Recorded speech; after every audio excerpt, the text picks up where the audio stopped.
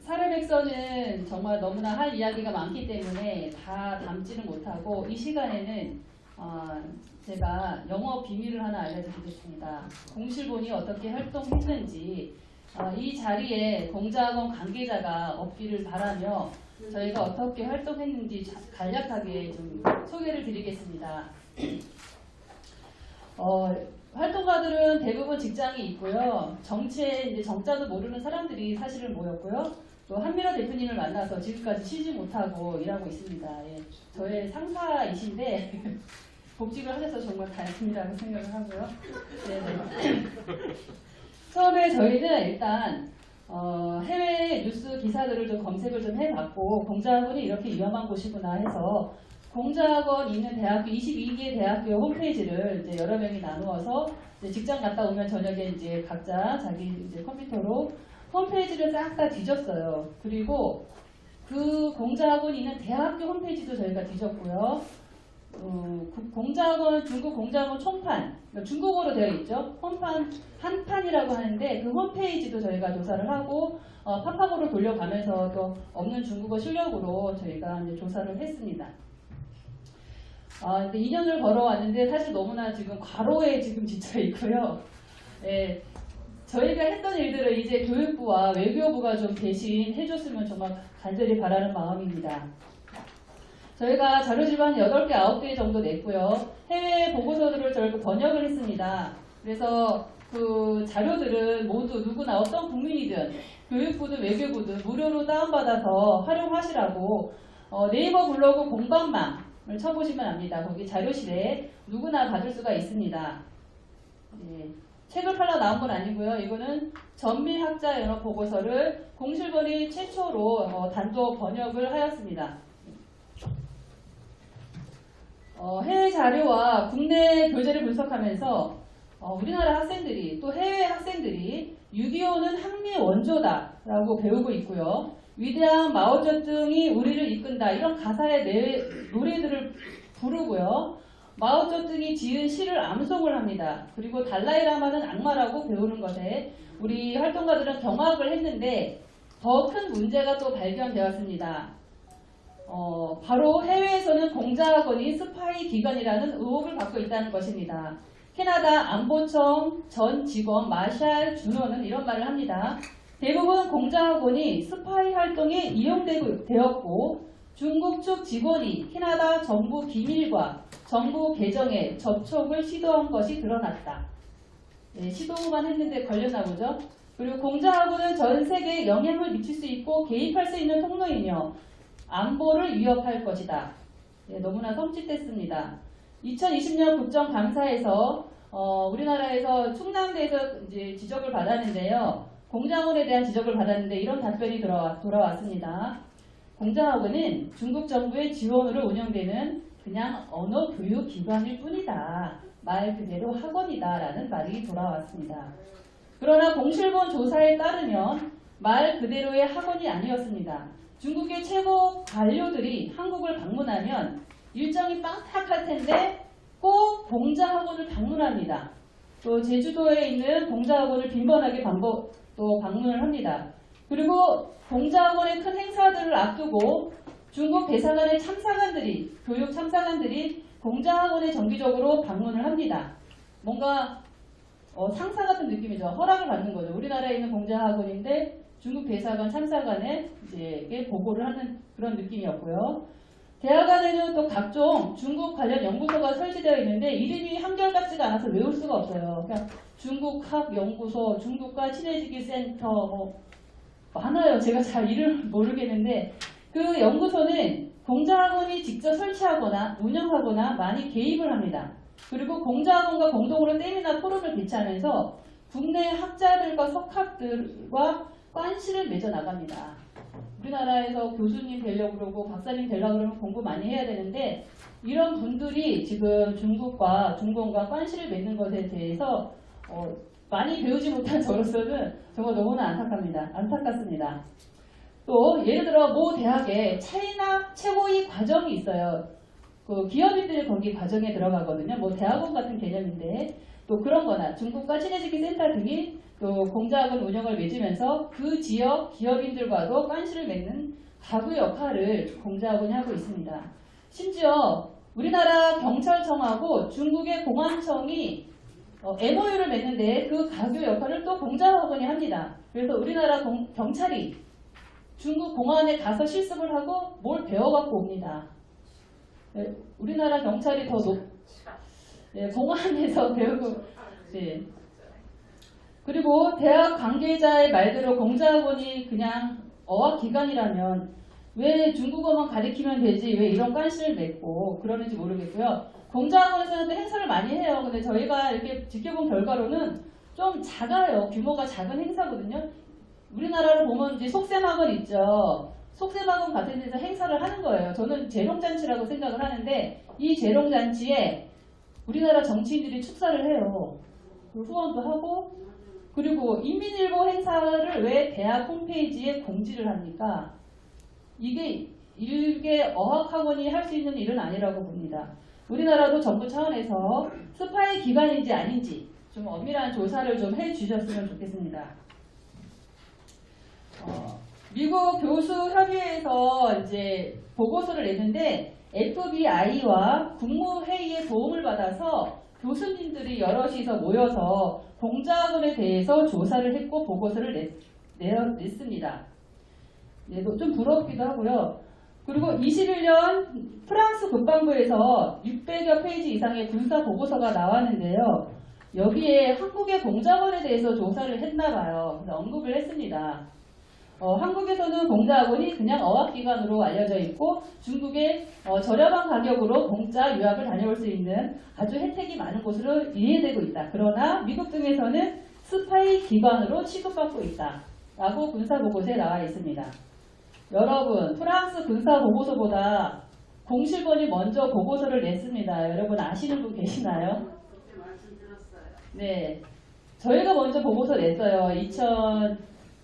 2020년에 저희가 보고서를 냈는데 저희는 다 활동가들이 자비로 활동하거든요. 다 그래서 번역도 저희가 자비로 하긴 하는데 이 보고서를 영어로나 중국어로 좀 자원봉사로 번역해 줄 분을 찾지 못해서 저희가 이거를 번역을 못했어요. 그래서 해외에서 저희 보고서를 보지 못하는 게 좀 안타깝고요. 저희 보고서에는 공작원을 다녔던 학생들 또는 중국 유학생이 바라보는 중국에 대한 인터뷰 기사도 좀 실려 있어요. 궁금하시면 블로그에 들어가서 무료로 다운받을 수 있습니다. 공부한방 네이버로 들어가시면 되고요. 또 일본에는 공작원에 대해 조사한 보고서가 없어요. 저희는 있는데 일본에는 없습니다. 그리고 저희는 시민단체가 있지만 일본에는 시민단체가 없어요. 저희는 일본에 시민단체가 있었다면 좀 도움을 받으려고 알아봤는데 없습니다. 그리고 오히려 우리 단체를 일본 신문의 일면에 이제 대서특필이라고 저희는 보고 있는데요. 한민호 대표님을 이제 인터뷰를 했고 저희 단체를 소개했습니다. 이것이 자극제가 되었다고 저는 보는데요. 몇 달 후에 일본이 움직였습니다. 일본 정부 문무성이 움직였어요. 그래서 자국 내에 있는 14개의 공작원에 대해서 전격적인 조사에 착수했다고 합니다. 시작은 우리가 먼저 했는데 일본은 정부가 움직여서 좀 약간 씁쓸한 마음이 듭니다. 그리고 일본에는 적어도 국립대학에는 공작원이 없어요. 근데 저희는 6개 있습니다. 이상으로 봤을 때 공작원이 스파이 기관인지는 사실은 우리는 아직 밝히지 못했지만 저는 이렇게 생각합니다. 공작원은 중국 대사관의 대리점이다. 또는 중국 대사관의 편의점이다. 지점장이다. 원장은 지점장이 아닌가. 네. 대학에 중국 대사관이 들어와 있다고 저는 생각을 하고 있습니다. 이거 대학교 이름 얘기해야 되는지 모르겠는데요. 중국 유학생이 이제 화상 수업 도중에 이제 교수님이 뭐 센카이부터 열도라는 이제 분쟁 지역인가 보죠. 대만, 일본, 중공의 분쟁 지역에 대한 얘기를 하자 댓글 난동을 부립니다. 각종 욕설과 또 중국은 하나의 중국이다. 대만은 중국 것이다. 그리고 한국 대학생이 또 댓글 다니까 완전히 수업이 마비가 됐습니다. 그러면 누구를 탓해야 되는지 네, 오히려 그 대학 당국은 교수에게 책임을 묻습니다. 그래서 2020년 국정감사 정경희 의원은 이 사건에 대해서 이렇게 정의를 내렸습니다. 중국 공산당의 통제를 받는 중국 유학생이 자국의 체제 선전을 위해 학문의 자유를 침해한 사건으로 지적했습니다. 여러분, 우리가 대학 가려면 얼마나 어렵게 공부를 하고 교육이 나라의 근간 사업입니다. 그런데 학문의 자유를 침해했다는데 우리가 분노해야 합니다. 그렇습니다. 중국으로부터 대학들이 돈을 받으면 대학 행정이 그 돈에 안주하게 돼요. 의존하게 되고 악순환이 됩니다. 그래서 그 대학은 대만이나 홍콩, 위구르, 신장 지역에 대한 연구를 잘 못합니다. 그리고 압력을 받을 것이고요. 티베트 문제, 파룬궁 문제, 인권 문제에 대해서 함구해야 합니다. 학문의 정당인 대학이 학문의 자유가 침해된다는 것입니다. 저도 딸이 있는데요. 대학을 보내야 되나 말아야 되나 좀 고민 중입니다. 네. 2021년 조태영 의원실이 입수한 계약서를 저희도 좀 다른 계약서도 저희도 좀 자료를 입수하긴 했는데 그 계약서의 내용을 잠깐 살펴보면요. 국립대학 6곳과 중국 측이 이제 맺은 계약서예요. 거기에 뭐가 있냐면은 한국 측의 원장에다 임명하고 사명할 수 있는 사명권이 중국 측에 있다는 거죠. 그리고 교육, 운영, 연구, 예산 집행이 모두 중국의 입김이 작용하는 구조인 거예요. 그리고 또 공자학원 총부의 질적인 평가를 받아야 돼요. 우리나라에 있는 학원이 중국의 평가를 받아요. 매년. 그러면 돈을 얻었으니까 뭔가 좀 옥죄는 마음이 들겠죠. 그러니까 제가 이거를 쉽게 풀어서 말씀드리면은 소프트웨어적인 건 중국이 다 해요. 교재도 중국이 하고 교수도 중국이고 모든 교육안을 중국이 다 하는데 한국은 교실을 대고 그 다음에 대학교 이름을 좀 빌려주고 그 어려운 대학 우리가 공부해서 들어가는 그 대학의 이름을 좀 내주고 그리고 화장실 좀 고쳐주고 에어컨 고장나면 고쳐주고 그리고 아까 얘기했죠. 재롱잔치 할 때 떡을 돌리는 거예요. 이런 것들이 저희가 좀 그런 정보공개 청구회에서 보면 뭐 3만원, 5만원 뭐 에어컨 고치고 이거 한국 측이 내고 있어요. 네. 그리고 몰라요? 뭘 가리키는지 안다면 이렇게 감시하지는 않았겠죠. 우리나라 국회의원들이 두세 분이 이렇게 그 학문의 자유 침해와 교육 주권을 포기하는 문제에 대해서 짚어준 것에 대해서 굉장히 좀 좋게 생각을 하고 있고 이런 국회의원들이 더 많아져야 되지 않나 하는 생각이 듭니다. 자료집에 제가 통일전 사례 백서를 여기서 말할 수가 없어요. 이만큼 들어있거든요. 이게 저에게 사례 백서인데 요거를 저희가 많이 출간을 못해서 다운받아 보시면 돼요. 여기가 22개 대학교에 대해서 다 저희가 UR 주소도 다 들어있고 여러분들이 들어가서 보시면 다 되는데 이 자료의 분석에 관해서는 각 대학의 사례들을 모았고 분석하는 글을 냈는데 이 저자는 누구냐면 이은지 공실공 고문으로 국제단체에서 일하고 있습니다. 그 단체는 이름이 이제 길어요. 중국 내 25용 종식을 위한 국제연대. 다시 말하면 중국 안에 있는 강제 장기 적절 반대를 위한 국제연대 조직이죠. 법조인, 의료인, 인권운동가들이 모인 단체입니다. 중공이 신념있는 자기 나라 국민의 장기를 꺼내서 파는 이런 일들을 그리고 최대의 피해자 그룹은 파룬궁 수련인들 그리고 지금은 2018년부터 위구르인들이 대상이 되고 있는데요. 어마어마한 장기 적출을 하고 있는데 또 전 세계적으로 사람들이 장기 이식을 받으러 갑니다. 그런 행위는 무엇이냐면 중국의 범죄를 돕는 행위다 라고 전 세계에 알리고 있는 또 고발하고 있는 용기 있는 단체에서 10년 넘게 활동하고 있습니다. 그래서 여러분이 주의 있게 보시면 좋겠고요. 그리고 작년에 저희가 영화 상영회 영화 무료 상영 투어 전국 투어를 했거든요.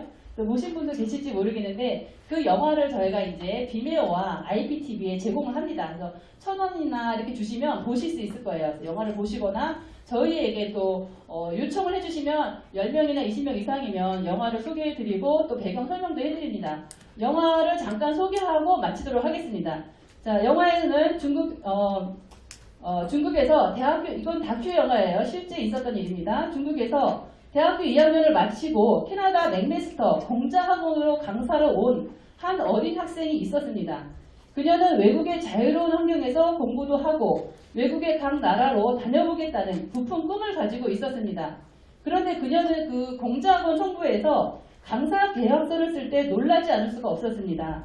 파룬궁 수련자는 강사가 될 수 없고 파룬궁 수련생과 접촉해서도 안 된다라는 계약서 문구에 서명을 해야 했기 때문입니다.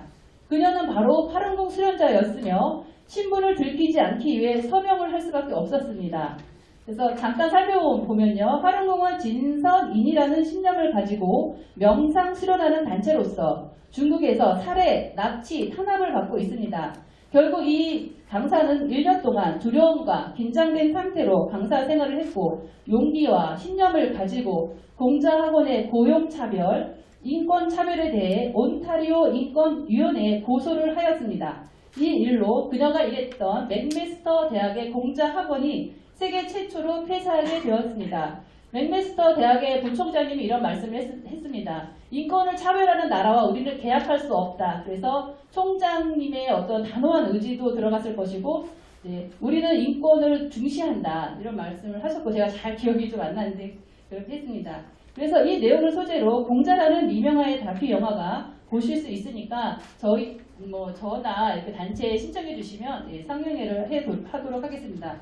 그리고 이것도 이사회 대학 이사회를 부패시키다도 전미학자 교수연합회에서 낸 보고서인데요. 이것도 놀라운 게 뭐냐면 공자학원이 폐쇄되면 이제 이사회가 작동한다는 거예요. 여러분 우리나라 공자학원 폐쇄될지도 몰라요. 그런데 공자학원은 폐쇄됐지만 그 공자학원을 운영하는 운영 시스템 있죠. 메커니즘이라고 해야 되나? 잘 제가 단어를 모르는데 이사회가 움직이거든요. 그 대학 이사회가 부패됐고 이미 친중공으로 이렇게 됐다는 거예요. 그래서 공자학원이 혹시 폐쇄되더라도 그 안에 이미 뿌리를 내린 거죠. 더 무서운 거예요. 그들이 폐쇄를 먼저 나서서 한다면 뭔가 그 이사회에 대해서 우리가 좀 관심을 가져봐야 될 것 같습니다. 이상 마치도록 하겠습니다. 감사합니다.